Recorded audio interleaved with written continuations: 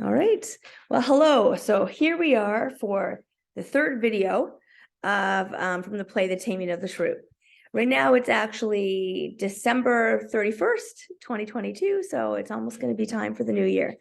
All right. So the part that we're going to do today is going to be Act 1, Scene 2. This is going to continue along from where we were yesterday, or the last time you looked at the video. So what we had last time was my children are home.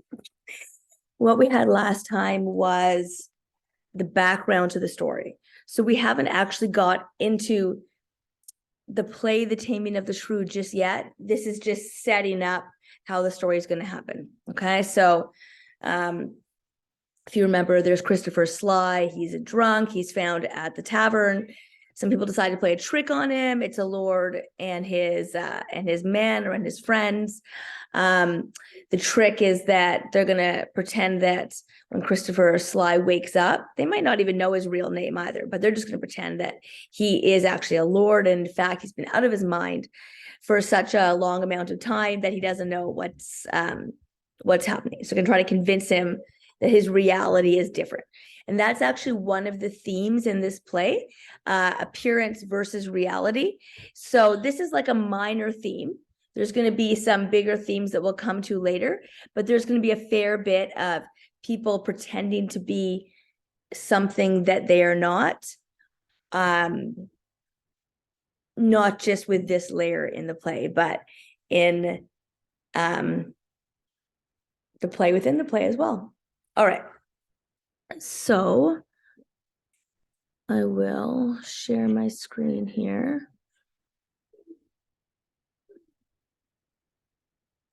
All right. So this is Act 1, Scene 2. Okay, so we're still in Act 1. This is still like the introduction to the characters and the background for the story. This is just the second scene here. All right. So if you remember the part that's in italics, this is more like stage directions. So somebody wouldn't say it out loud on the stage. It would be what you would see happening, the action on the stage. Enter aloft Christopher Sly, the drunkard, with attendants, some with apparel, basin, and ewer, and other appurtenances, and Lord dressed as an attendant. Okay, so we're going to see Christopher Sly, the drunkard, entering with attendants. Attendants would be like servants. Okay, apparel is clothes, so some of them have clothes. Somebody has a basin, like a bucket of water.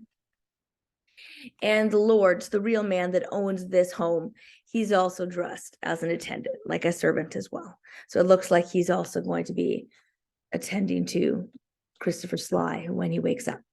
Okay. So here's Sly's just waking up after being in his drunken stupor.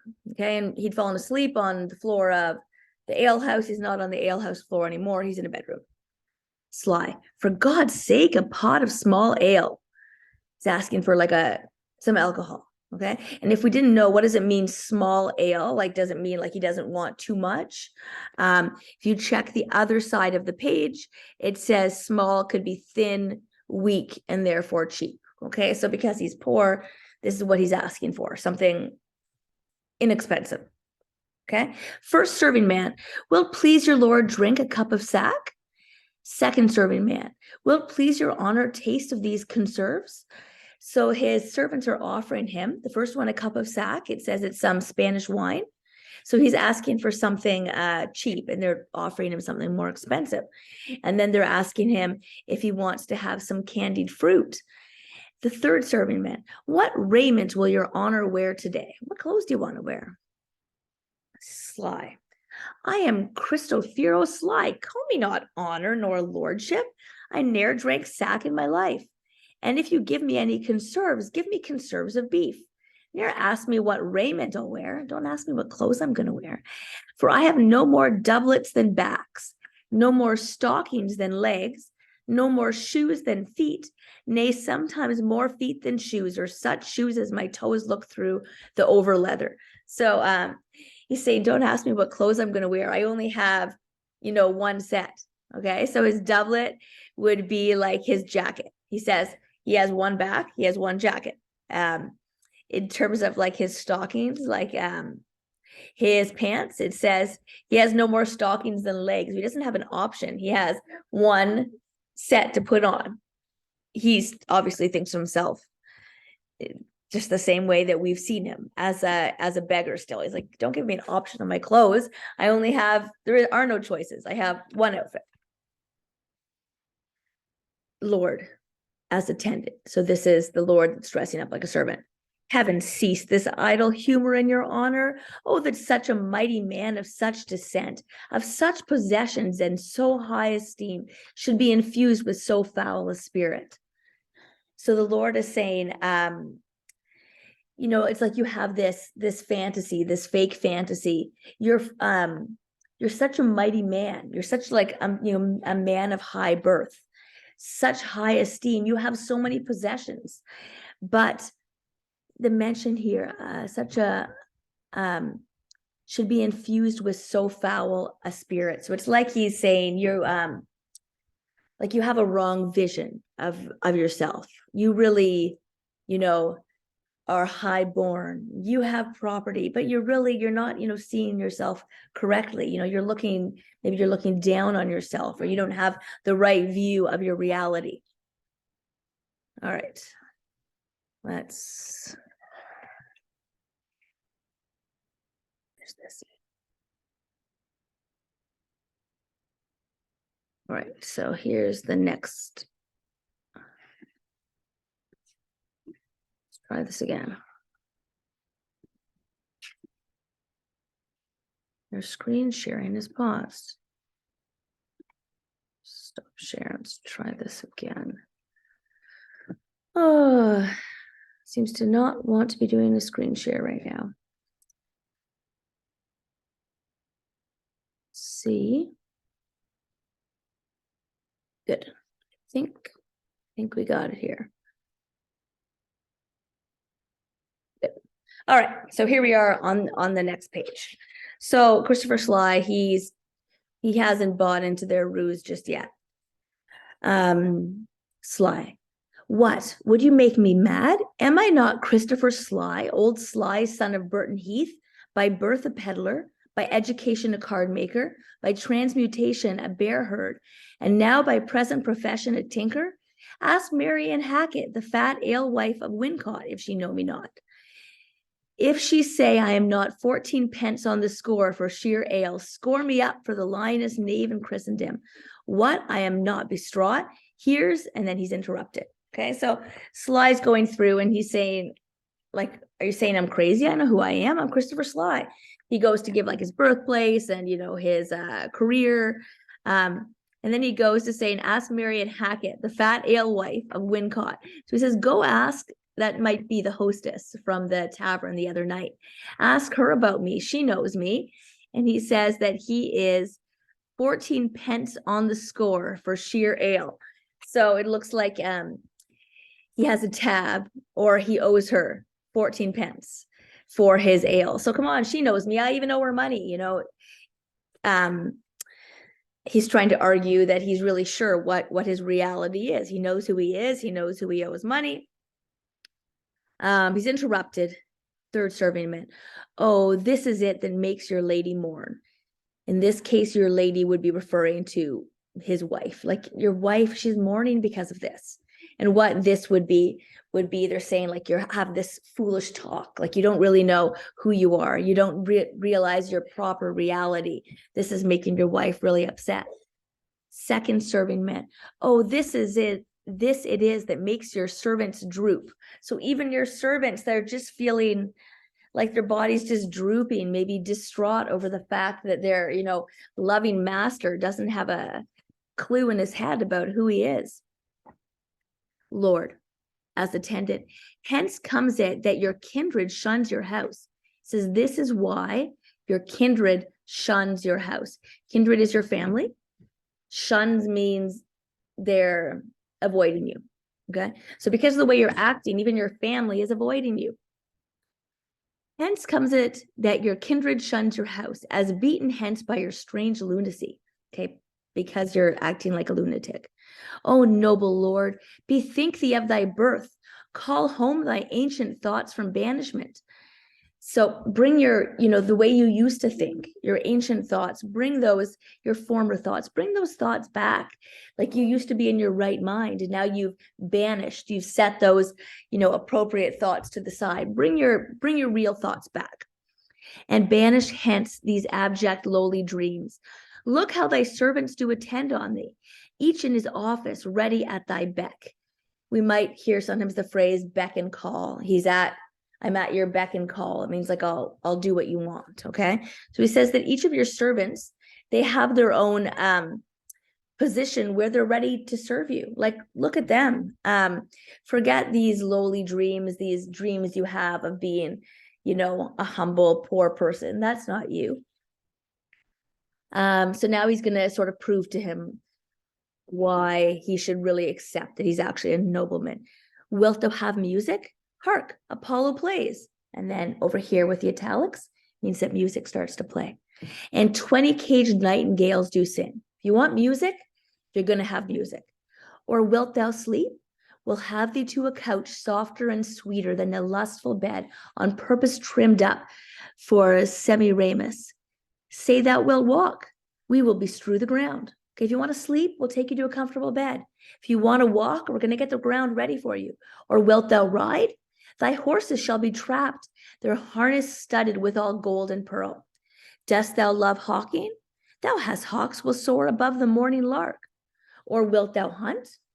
Thy hounds shall make the welkin answer them, and fetch shrill echoes from the hollow earth. So the Lord has given him a few different options. You want to hunt, you want to sleep, you want to listen to music, do you want to go hawking? You want to go hunting? So, you're a rich man, you've got options here. Okay. And whatever you want to do, they're going to do it for you. If we weren't sure what the word welkin is, okay, so that would be line 45. You can see where I'm circling here. Let's go over here, 45 to 46. The sound of the hounds barking will strike the sky and then return to echo from the earth. Welkin is the sky. Okay. First serving man. Say thou wilt course, thy greyhounds are as swift as breathed stags, aye, fleeter than the roe. So your dogs, your greyhounds, they're so fast. Okay. Maybe that's what you want to do. Maybe you want to hunt. Let me get this next page.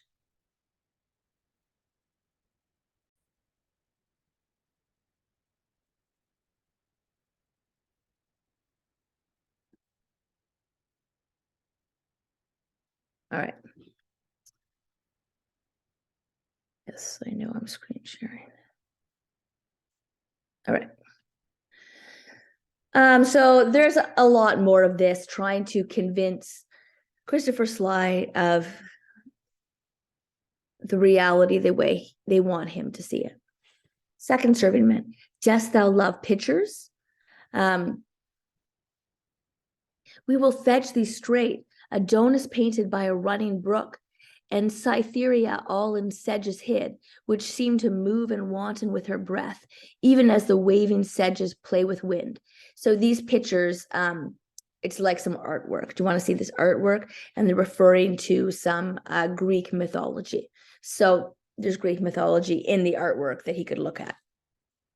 Lord, as attendant, will show the Io as she was a maid, and how she was beguiled and surprised, as lively painted as the deed was done. This means as lively painted as the deed was done. It looks just like reality. Your artwork is so spot on. It's so exact that it actually looks like a photograph. It looks like you're actually there. Okay. And of course, nice artwork. This is something for rich people. This isn't something for beggars to have. Third serving man, or Daphne roaming through a thorny wood, scratching her legs, that one shall swear she bleeds, and at that sight shall sad Apollo weep. So workmanly the blood and tears are drawn. So they're going on to describe how great his artwork is. Like, it's painted so well. It looks like the blood and tears are like real, is done so expertly. Lord, as attendant. Thou art a lord and nothing but a lord. Thou hast a lady far more beautiful than any woman in this waning age. Okay, so now they're going to start talking like you're a lord and your wife, she's the most beautiful. This is going to make Christopher Sly a bit interested. Oh, I didn't realize he had a wife.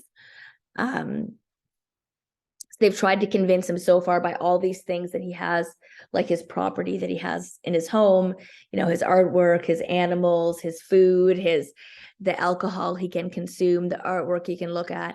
And now there's some mention that he can see his lady, and his lady would be his wife. First serving man, until the tears that she has shed for thee, like envious floods, o'errun her lovely face. She was the fairest creature in the world, and yet she is inferior to none. Okay, so she's beautiful. And on top of it, not only is she beautiful, we have over here the tears that she shed for thee. She's crying for you because you are not in your right mind. It's like floods or overrunning her face. Like the tears are just pouring down. All right. So apparently she's very beautiful, and she's obviously quite upset about what's happened to her lovely husband over the course of this many years. Sly, am I a lord? And have I such a lady? So he's starting to wonder if maybe this is right. Or do I dream? Or have I dreamed till now? I do not sleep. I see, I hear, I speak, I smell sweet savors, I feel soft things. Upon my life, I am a lord indeed, and not a tinker, nor Christopher Sly. Well, bring our lady hither to our sight, and once again, a pot of the smallest ale. So he's bought into it now. He agrees. He is actually a lord. Maybe he was dreaming before, but he doesn't think he's dreaming now. And he's asking for more alcohol again. We know he's an alcoholic. Second serving man, will it please your mightiness to wash your hands? Oh, how we joy to see your wit restored. You're saying we're so happy to see that you're back in your right mind.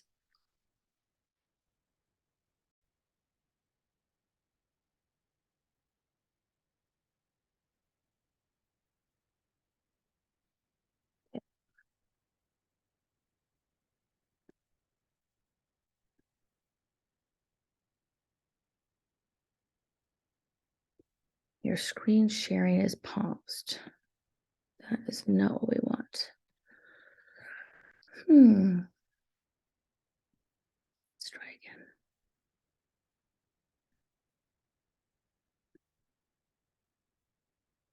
All right.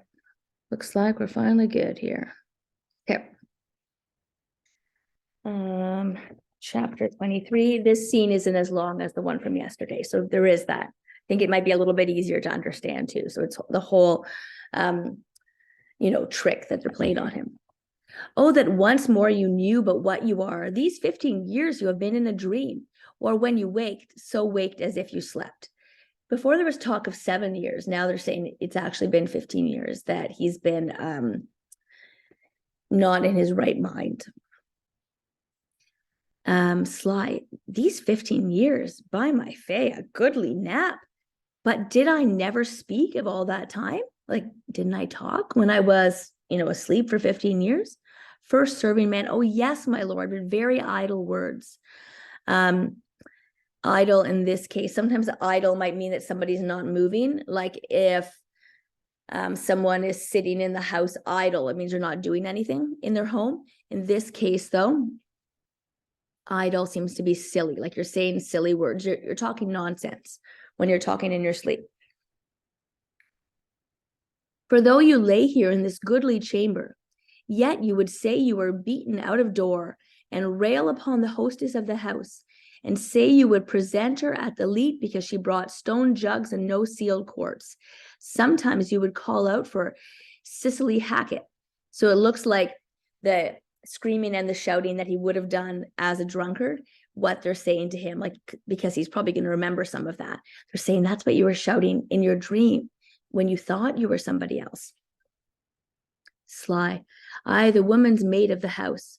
Third serving man, why, sir, you know no house, nor no such maid, nor no such man as you have reckoned up, as Stephen Sly and old John Naps of Greet, and Peter Turf and Henry Pimpernel, and 20 more such names and men as these, which never were, nor no man ever saw. So he's given a list of names, like you were talking about all these different people, but they're not real.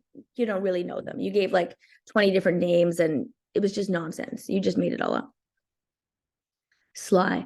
Now, Lord be thanked for my good amends. He's saying, I'm glad that I'm better now.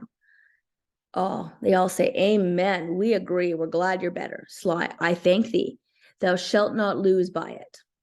Now we're going to have the page Bartholomew come in, but he's pretending to be the lady, the wife. Okay. This might get into a bit of awkward territory if it were real. All right, here we go. So once again, this is probably like a young boy who's dressed up as a girl, as a wife. So page as lady. How fares my noble lord? How are you doing? So she's referring to her husband as lord, as noble lord. Sly. Marry, I fare well, for here is cheer enough. Where is my wife? Of course, he doesn't recognize her because she's not really his wife. Page as lady. Here, noble lord, what is thy will with her? Sly. Are you my wife, and you will not call me husband? My men should call me lord. I am your goodman. So he's wondering, he says, my own men, my own servants should call me lord, but you don't have to call me lord. It does look like that might have been appropriate for the social class at the time for her to call him that. And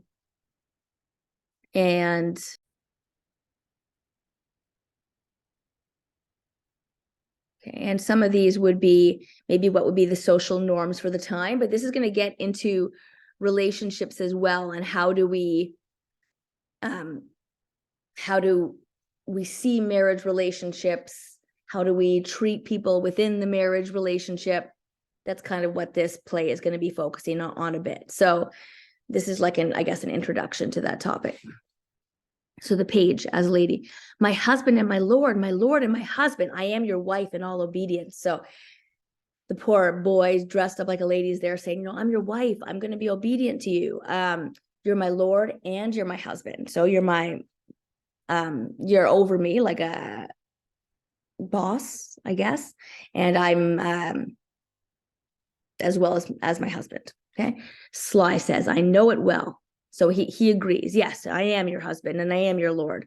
What must I call her? So he doesn't even know her name. And in fact, it's kind of strange that he's not even saying like, what's your name? He's asking the others, like, what should I call her? My wife. And the Lord as attendant. So this is the real Lord dressed up as a servant, says, Madame, you can call her Madame.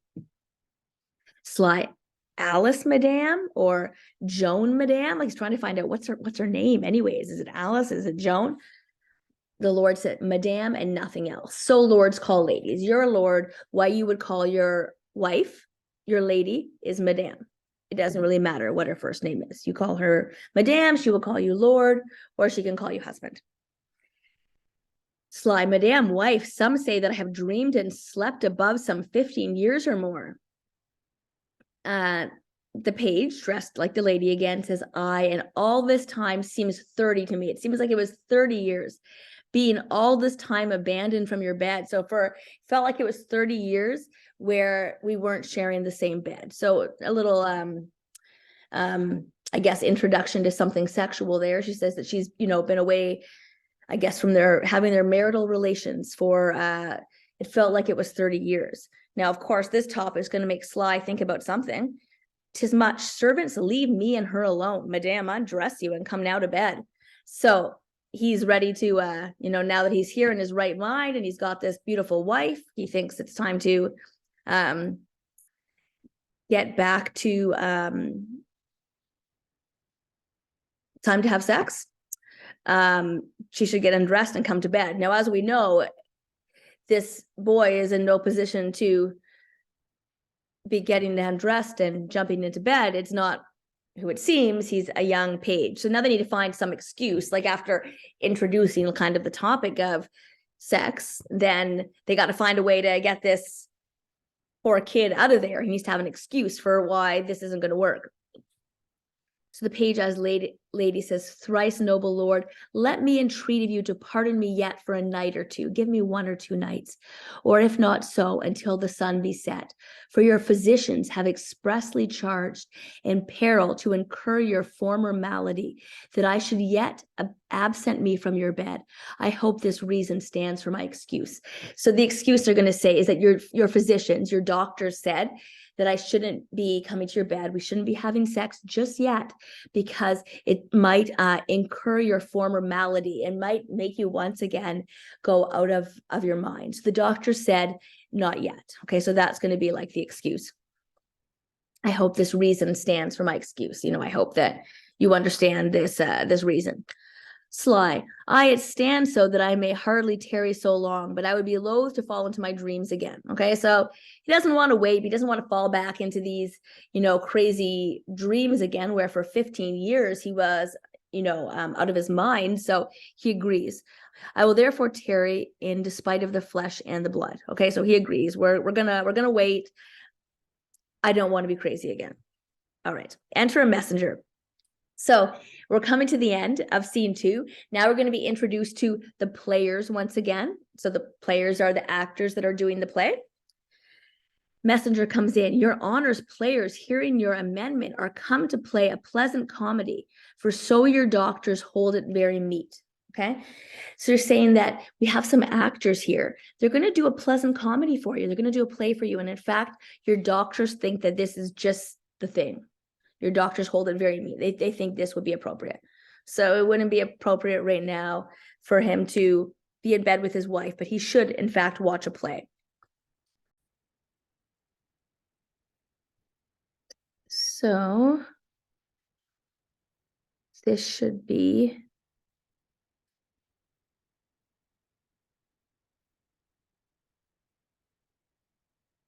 we're back to the beginning here.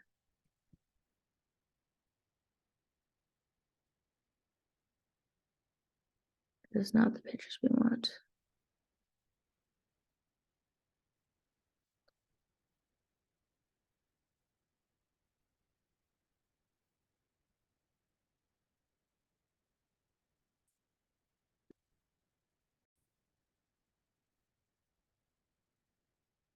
All right, I think I've got it right this time.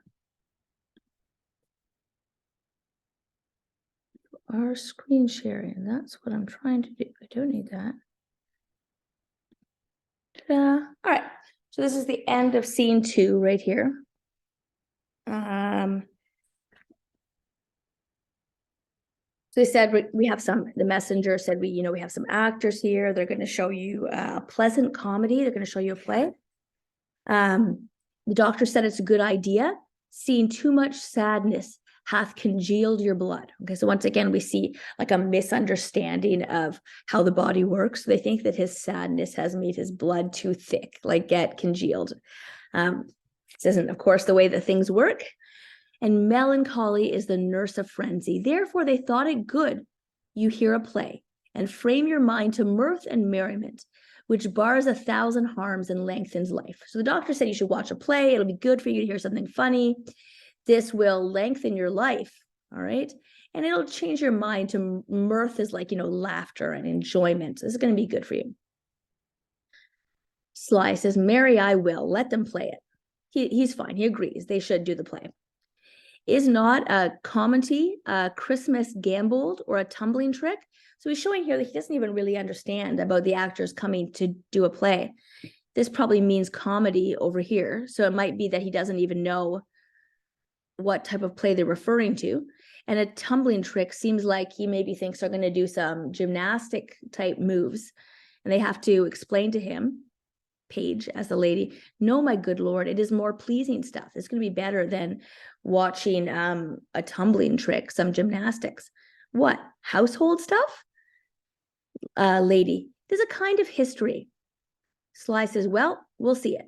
Come, madame wife, sit by my side and let the world slip. We shall ne'er be younger. All right, so he agrees. We're going to see it. Says to his wife, come sit by me. We're gonna watch the play. So that's it for scene 2. So this is the background story for how the play gets started. So the play is going to be a play inside the play. So we know that the stuff about Sly and the Lord, that's a play. But now inside the play, they're going to watch a play. Okay. That's it for today. Hopefully that made things make a bit more sense. I do have a recommendation for a website to check out. No Fear Shakespeare will give you the original words as well as translations in English that's a lot easier to understand. So on No Fear Shakespeare, you can go through and pick which play we're doing. So this one is The Taming of the Shrew. And then from there, you can click through to find different translations, and I'll provide that link for you as well. Okay. Take care, and I hope your family's well. Bye for now.